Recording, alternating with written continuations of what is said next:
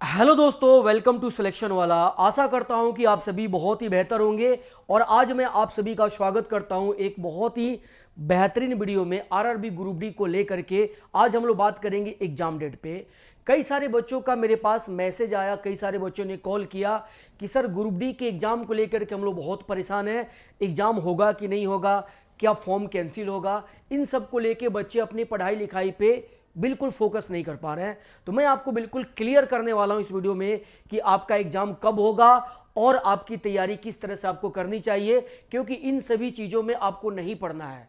देखिए मेरे भाई, अब जो है ना, अब आपको कोर्ट केस के चक्कर में बिल्कुल नहीं पढ़ना, उसको भूल जाना है।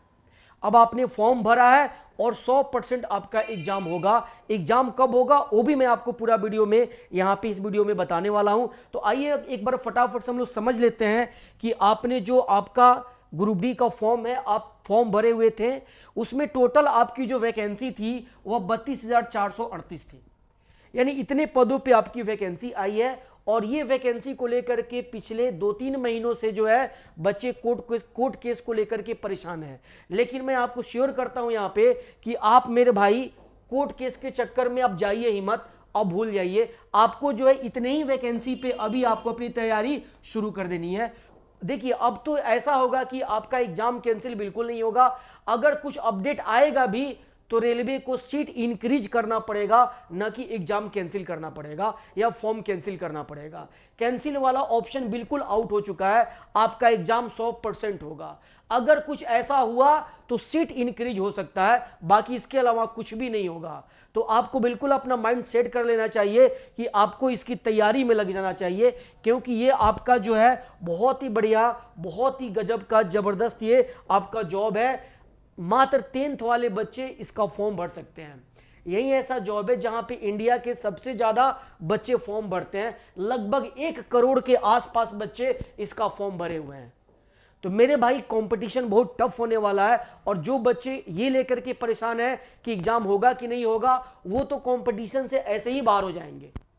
क्योंकि जिनको पेपर निकालना है, जिनको सिलेक्शन लेना है, वो बच्चे एग्जाम की तैयारी चुप मार के कर रहे हैं। और जिनको सिलेक्शन में नहीं आना है वो बस इन्हीं बातों को कर रहे हैं कि सर फॉर्म आएगा क्या, दोबारा आएगा क्या, इसका एग्जाम होगा या फिर से फॉर्म भरा जाएगा। इन सभी बातों का कोई मतलब नहीं है मेरे भाई। आप चुप मार के तैयारी में लग जाइए, क्योंकि जब आप तैयारी करेंगे तभी आप इन चारों सब्जेक्ट की बेहतरीन तरीके से तैयारी कर पाएंगे। आपके एग्जाम में जनरल साइंस पूछा जाएगा, यानी साइंस बहुत ही इंपॉर्टेंट होता है। 25 क्वेश्चन साइंस के होते हैं इसमें। तो मेरे भाई साइंस आप पढ़ेंगे तब तो 25 क्वेश्चन बनाएंगे और डेली पढ़ेंगे, इसके कॉन्सेप्ट को समझेंगे। इसमें कुछ न्यूमेरिकल्स भी आते हैं। हर पेपर में मैंने देखा है कि न्यूमेरिकल पूछा जाता है, तो न्यूमेरिकल आप बनाएंगे तब जाकर के साइंस आपका कंप्लीट होगा। 25 क्वेश्चन आप सॉल्व कर पाएंगे। मैथ्स भी आपका 25 क्वेश्चन रहता है, रीजनिंग भी 30 क्वेश्चन रहता है और जनरल अवेयरनेस और करंट अफेयर ये भी आपका 20 क्वेश्चन होता है। यानी ये सभी मिलाकर के मेरे भाई टोटल 100 क्वेश्चन होते हैं और सभी क्वेश्चन 1 नंबर के रहेंगे। 100 नंबर का एग्जाम होगा और उसमें 100 क्वेश्चन आपसे पूछे जाएंगे और यहां पे समय आपको 90 मिनट का दिया जाएगा। 90 मिनट का समय रहेगा। निगेटिव मार्किंग भी आपका रहेगा 1/3। तो मेरे भाई ये एग्जाम बहुत ही बेहतरीन होने वाला है और बच्चे बहुत ज्यादा फॉर्म भरे हुए हैं। मैंने आपको पहले ही बताया कि 1 करोड़ बच्चे इसका फॉर्म भरे हुए हैं और बच्चे जो सीजीएल का एग्जाम देते हैं वो बच्चे भी फॉर्म भरे हुए हैं। और आप अभी इस चक्कर में कि सर इसका एग्जाम होगा क्या, दोबारा फॉर्म भरा जाएगा, आप समझ लीजिए कि आप उन बच्चों से पीछे रह जाएंगे। आपको अभी तैयारी में लग जाना चाहिए। और अगर आपका सब्जेक्ट बढ़िया है, इन सभी को आपने पहले से पढ़ रखा है, तो आपको डेली प्रैक्टिस सेट लगाना चाहिए, जो कि डेली हम लोग प्रैक्टिस सेट कराते हैं। इसी चैनल पे आप देखेंगे कि हम लोग साइंस और मैथ की डेली प्रैक्टिस सेट आपको दे रहे हैं।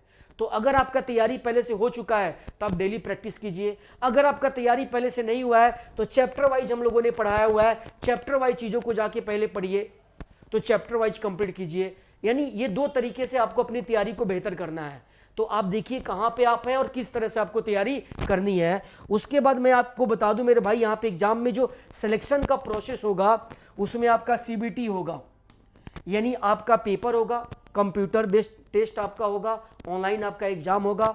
उसके बाद एक फिजिकल टेस्ट आपका होगा, पीईटी होगा, यानी आपकी जो है फिजिकल वहाँ पे कराई जाएगी, दौड़ वगैरह कराई जाएगी, ये आपका वहाँ पे रहेगा फिजिकल। उसके बाद मेरे भाई आपके लिए यहाँ पे दिया रहेगा एक मेडिकल टेस्ट, यानी आपसे यहाँ पे मेडिकल भी कराया जाएगा। तो ये प्रोसेस है आपका सिलेक्शन का। इसमें सबसे जो इम्पोर्टेंट है वो इम्पोर्टेंट है आपका पेपर, क्योंकि इसका जो आपका फिजिकल है वो बहुत डिफिकल्ट नहीं होता, नॉर्मल फिजिकल होता है। तो फिजिकल के लिए बहुत परेशान यहाँ पे नहीं होना है, और आपका मेडिकल भी आपका बहुत परेशान करने वाला इसमें नहीं होता है। जो इसमें सबसे डिफिकल्ट है पेपर को पहले निकालना। अगर आपने पेपर निकाल दिया इट मीन्स आप समझिए कि 90% आपका जॉब होगा ही होगा, क्योंकि इन सभी प्रोसेस में ज़्यादा दिक्कत आपको नहीं आएंगी।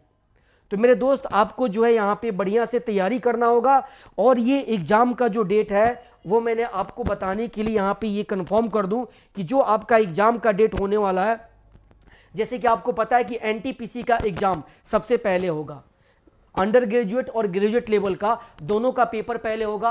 अगर आज भी नोटिफिकेशन आता है एनटीपीसी के एग्जाम का तो कम से कम 1 महीने बाद आपका एग्जाम शुरू होगा, यानी मई से, मिनिमम मई से आपका एग्जाम शुरू होगा। तो उन दोनों को, ग्रेजुएट और अंडर ग्रेजुएट वाले को पेपर कराने में 2-3 महीने का समय लग जाएगा, यानी मई जून जुलाई, समझ लीजिए कि मई जून जुलाई तक जो है एनटीपीसी का पेपर होगा, और जुलाई लास्ट में या अगस्त में आपका पेपर शुरू होगा, किसका, ग्रुप डी का। तो आप अपना टाइम बिल्कुल यहां पे दिमाग में बैठा लीजिए कि अगस्त जो है ये आपका टाइम जो है यहां पे आपका पेपर शुरू होगा, अगस्त में आपका पेपर मेरे भाई शुरू होगा। तो ये टाइम अपने दिमाग में सेट कर लीजिए, यानी अप्रोक्स आपके पास 120 दिन का समय है, 120 दिन आपके पास है। 120 दिन का टाइम टेबल बनाइए, इसका टारगेट बनाइए कि 120 दिन में मुझे अपनी तैयारी को बेहतर कर लेना है। अगर हमारा चैप्टर वाइज है तो हम टेस्ट लगाएंगे, एनालिसिस करेंगे उसका। अगर हमारा चैप्टर वाइज कंप्लीट नहीं है तो पहले चैप्टर वाइज कंप्लीट करेंगे, फिर उसका टेस्ट करेंगे, ऑनलाइन टेस्ट देंगे, ये सब प्रोसेस हम करेंगे। तो मेरे भाई आपके पास 120 दिन का टाइम टेबल बना होना चाहिए, और टाइम टेबल मेरे भाई आप बनाएंगे तभी आप डेली पढ़ पाएंगे। डेली 10 से 12 घंटे पढ़ेंगे तभी जाकर के आप दूसरे बच्चों के साथ कॉम्पीट कर पाएंगे।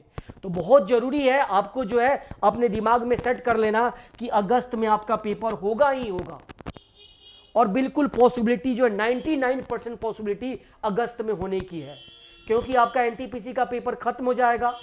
तो जुलाई लास्ट में या अगस्त में आपका पेपर ग्रुप डी का शुरू हो जाएगा।